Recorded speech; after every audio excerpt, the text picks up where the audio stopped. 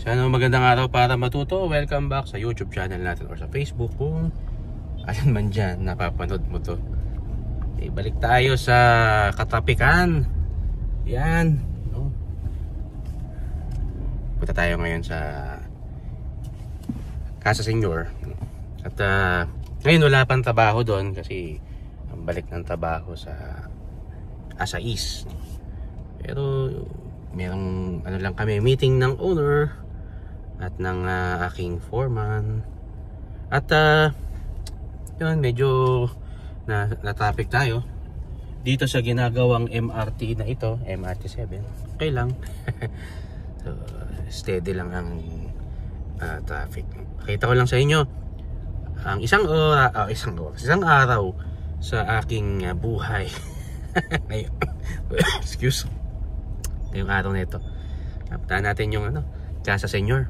Check this out. Isa namang magandang araw para matuto. Welcome back sa YouTube or sa Facebook page.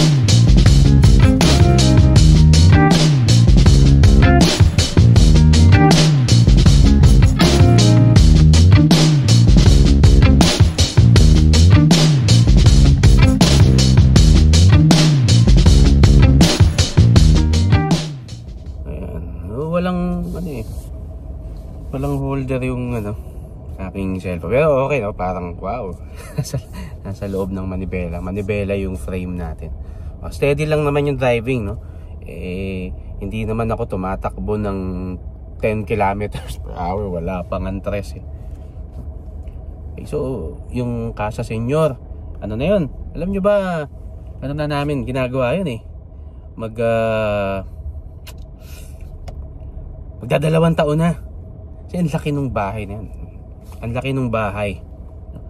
At ang cost niya ay lagpas 30M na So dyan mo makikita na isang bahay, nag-iiba talaga ang dynamics ng construction kapag lumalaki ang floor area at kapag nag-iiba yung finish. Kasi ito, ang finish nito talagang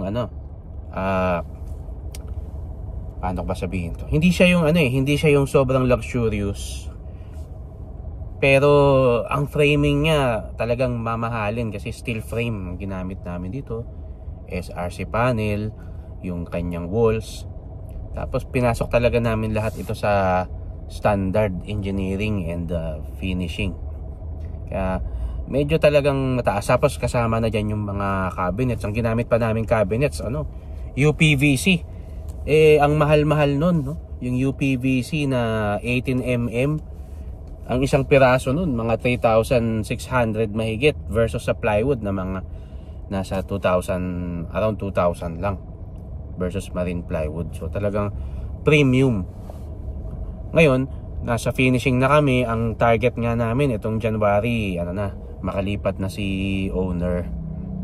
Yung basement iniwan muna namin. So kahit nakatira na si owner doon sa kanyang first floor, yung yung basement pwede pa naming gawin. Kasi gusto niya na talagang lumipat. So from the time na ginawa namin ito hanggang sa point na ito, 2025 na ngayon, ginawa namin ito 2023 March, summer 2023. So, ngayon 2025, approaching na ulit tayo sa summer. So magto 2 years na to, ganun katagal ang paggawa ng ganito kalaking bahay. Welcome sa Casa Senyor. Pagdadalawang taon na. Pero alam mo, totoo lang, kung ganito kalaking bahay mo, alam mo, almost almost 1,000 square yung floor area niya.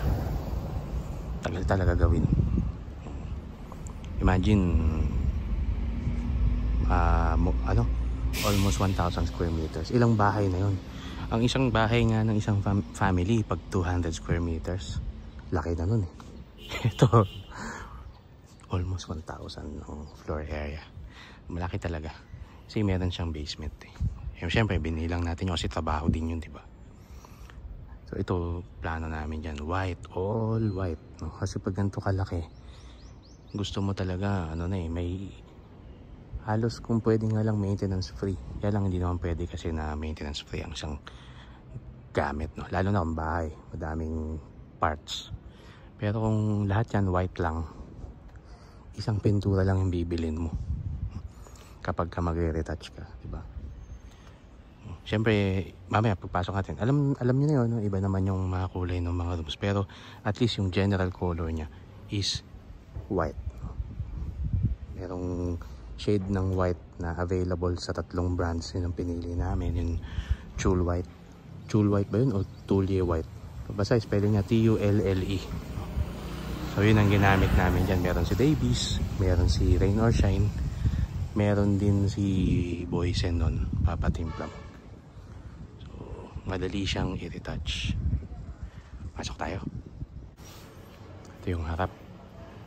Itong canopy na to, salamin niya na tempered glass. Afterthought yan eh, kaya may poste. Pero kung dati pa yan na isama sa structural design, wala sanang poste yan. Nung umulan ng malakas kasi doon yung hangin eh. Nung bumagyo, so basang-basa yung main door namin. So to protect our wood, kailangan i-extend yung cover. Eh pangit naman kung gagawin natin yan na solid, diba? So para andun pa rin yung natural light. Ginawa namin glass. Ayaw din natin ng polycarbonate kasi ang polycarbonate na ninilaw siya eh. Eto, after ng isang ulan or ispray mo lang ng tubig yan, nilinis na yan.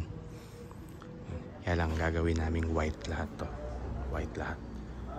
Para magaang. Itong mga cabinets naman namin, ano to? Plywood. Plywood tayo dito, AJ, no? Plywood yan, no? Kombinasyon na kasi ito eh. Meron kaming plywood. Meron ding PVC. Pero matidistinguish mo ba yung kaibahan? Ito, PVC to. Tapos binarnisan namin ng Nara. Itsurang Nara. Yan. So ito ay PVC. Ito ay plywood. Meron kasing mga old furniture si owner. Kagaya nito. Dadali namin dito. I-refurbish. So ang gusto naming kulay dito, dalawa lang sana. Puti. Tsaka kahoy. Maliban dito sa mga rooms, siyempre meron siyang liberty na magkaroon ng ibang color, di ba? Kagaya to. Meron tayong blue. Ito maganda rin tong master bathroom eh.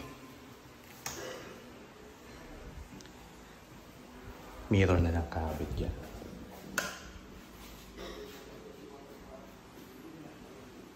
Ang isang magandang technique kapag nag-tiles tayo ng isang bathroom is isasagad mo yung tiles hanggang ceiling.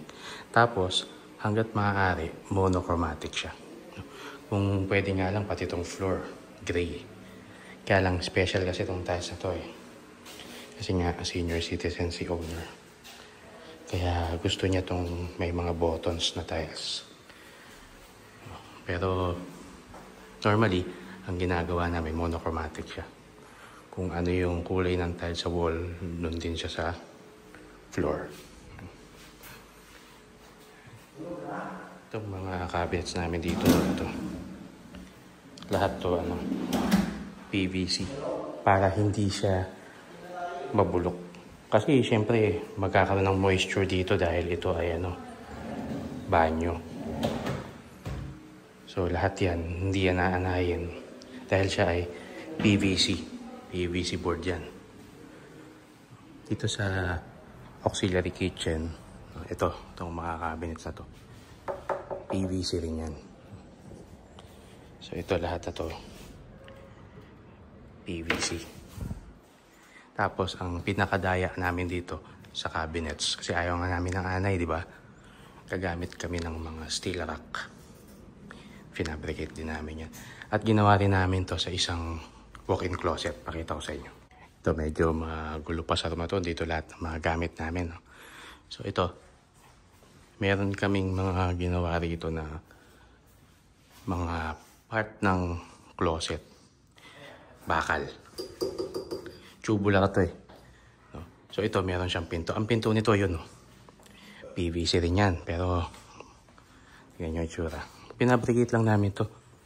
Hindi siya yung talagang fluted na nabibili na ready-made. Inisa-isa namin yan. Pinabricate namin. Pinatong namin yan. Sa plywood. Plywood yung pinaka-board niya. Marine plywood. Tapos pinatong natin to, AJ. No? Pinatong lang natin to. Pinatong lang namin. Pero magaling yung pintor eh. Diba? So yan yung sliding door para doon. Para dito. Tsaka doon. So the rest, puro PVC na yan. Lahat ng makikita mo rito mga cabinets ay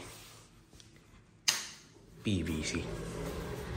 Look at that bathtub, diba? So ito, monochromatic. Kung anong kulay ng wall, yun din yung kulay ng floor. So medyo naglaro lang kami dito. Gumamit kami ng wood tile. Tapos concrete looking na tile. Diba parang hotel yung vibe niya. Tayo natin. Tayo naman natin yung wife's room. Ito, puro cabinet din to. Ayan o. Lahat ng cabinet na yan, puro PVC. Ang laki ng ginastos namin sa sa mga PVC. Parang nakatatlong order kami ng PVC board galing sa Primo board. Primo board nga pala yung source namin ng mga PVC board. 18mm. Siguro naka 700,000. No? Sa boards lang yun, ha?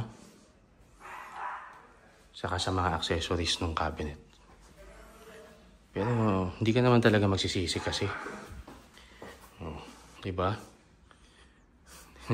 Shurak yan eh. Umiikot. Diskartehan namin yung ilalim tsaka babanlagyan namin ng bearing. Hindi ka magsisisi sa quality niya kasi lifetime na to eh. Hindi ito nasusunog, hindi inaanay. Hindi nabubulok.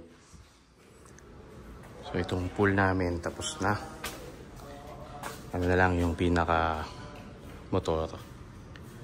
Tapos yung finish doon na artificial grass. Ang kagandahan ngayon, daming ang daming mga magandang material na pwedeng gamitin. Kagaya nung, siyempre, yung pinakakilala ngayon, yung fluted wall. Tapos ito nga, yung ganito, PVC. Na pwede mong gawing mukhang kahoy. Basta magaling yung pintor mo, madami kang pwedeng gawin. Ito mo yung mga, dati iniisa-isa pa yan. Manual, yung mga kin-dry na 1x1, iisa-isahin mong ipila na ganyan. Pero ngayon bibili mo, PVC pa. Meron ng kulay. Diba ang laking ginhawa nun. Maganda yung materyales, pero syempre, medyo pricey. Pero ngayon, dati, imported pa dati yan eh. Pero ngayon, kahit saan, makakabili ka yan.